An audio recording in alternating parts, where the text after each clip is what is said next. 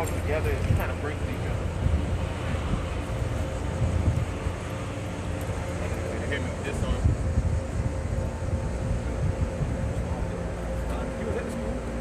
Yeah, man. So we here, unified. My name is David Wilson with the Minutemen organization and Us for Us. Here with Jafari of Black Lives Matter. You know, after the events at Heritage, we really feel like it's important to come together to make a unified statement. You know, because what's happening now is we're seeing a lot of these kids make these type of threats like it's funny or like it's some type of game. Or just because they're not taking it serious and still feel like they got beefs and stuff like that. We just want to send a unified message and let y'all know that, you know, those type of things, like now is not the time to play. Now is the time to bring our community together, because what we need to do is start helping each other. We need to start working together and bridging gaps so we can make sure that stuff like this don't happen anymore. I mean, and that's what we need to do. You know, like I'm for building the village. And one of the statements that I always say is, you know, if your kids come with me, they're going to get treated just like my own kids. You know what I mean? They might get candy, they might get McDonald's, might get shoes and clothes, might get that ass whooped.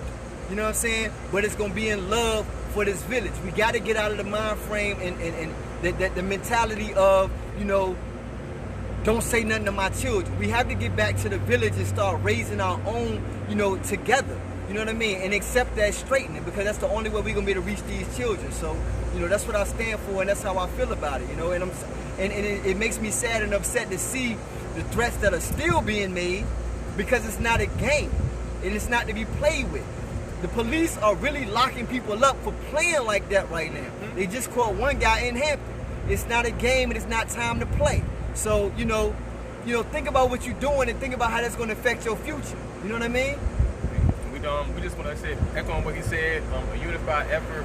I started this journey in 2016 because my 14-year-old cousin committed suicide due to bullying.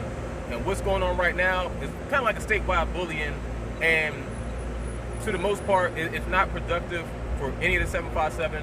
And we do want people to know we're not for locking up our youth. The individual who was threatening Phoebus and Denby was a grown adult. He was 20 years old. So this message particularly is for the children. You can have your IP addresses tracked. So thinking that you're posting on Snapchat and Instagram and on the stories that it's going to go away, we have technology to track that. And we don't want any young people to get locked up because of a joke. This isn't funny. This is putting people, give people anxiety. They can have long-term effects, make them not want to go further their education. We're getting numerous messages that kids don't want to go to school. Please stop. And again, you know, this week right now, we're going to focus on this. And next week, this is not going to be a problem. So we're going to get with the powers that be and determine a plan of action, whether it be if we keep continuing to get these threats, if we have to put everything on ice for the rest of this week and track down everybody those threats, we will spend the rest of this week tracking you down and making sure that swift action is taken, whatever that may be. So again, it's serious. You can reach out to us with tips. Yeah. You can reach out to his social media. You can reach out to our social media that you see now. You can inbox us. You can remain anonymous. Please continue to send us tips. These tips are not going to law enforcement, so that's just a little statement for anybody doing these. These tips aren't going to law enforcement. So continue to send us the tips. We will put the necessary resources in place to make sure that we get what we need done. We're not tolerating this type of thing in our community no more. You know, I mean, we can tell, you know, parents what they need to do and how they need to step up, and we can work with parents to try to create resources for parents. We can also offer resources for these kids that find themselves in these type of situations.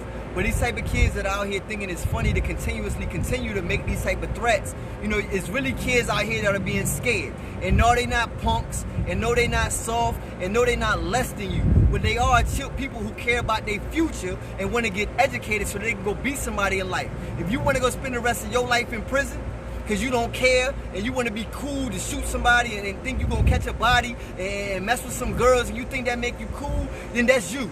But it's kids out here that want to learn. And somebody got to speak for them kids, because they're going to become the ones that's going to become your lawyer and your doctor and your judge when you get shot or locked up or be trying to find your way back home to your family. So you can make the decision for what you want to become in your life but don't make that decision for other people. And when you get to start making these threats and ending school and making school be out for all these amount of days and stuff like that, you're affecting other kids' educations. And you gotta start thinking about things like that. So, you know, we don't wanna see none of y'all in prison.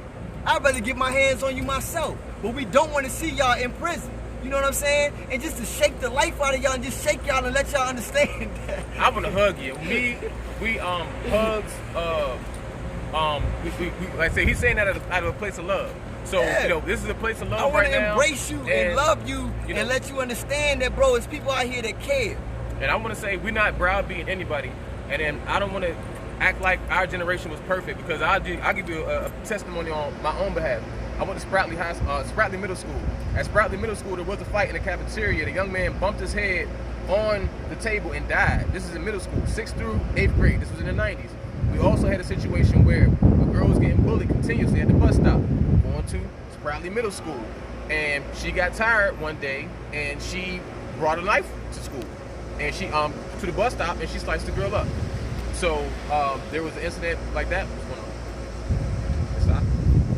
Man, almost happened. Okay.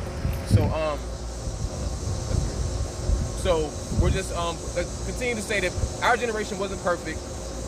We're not out here telling y'all that we didn't have fights and there weren't shootings in our generation. What we are telling you is, me and him made it out. You know, we're well into our 30s and 40s, etc.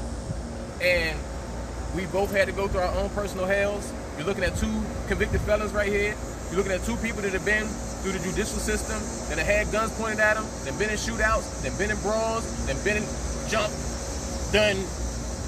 been jump, you know what I'm saying? So we're not talking to y'all from, that's why we're not up here, no suit and tie. We're not up here, you know, nothing wrong with that, but there's different approaches. We're choosing to take this approach. We're being us, and because we know us being us is going to make the students want to be themselves towards us, so we can go towards a better tomorrow. That's all I got to say about that. Thanks.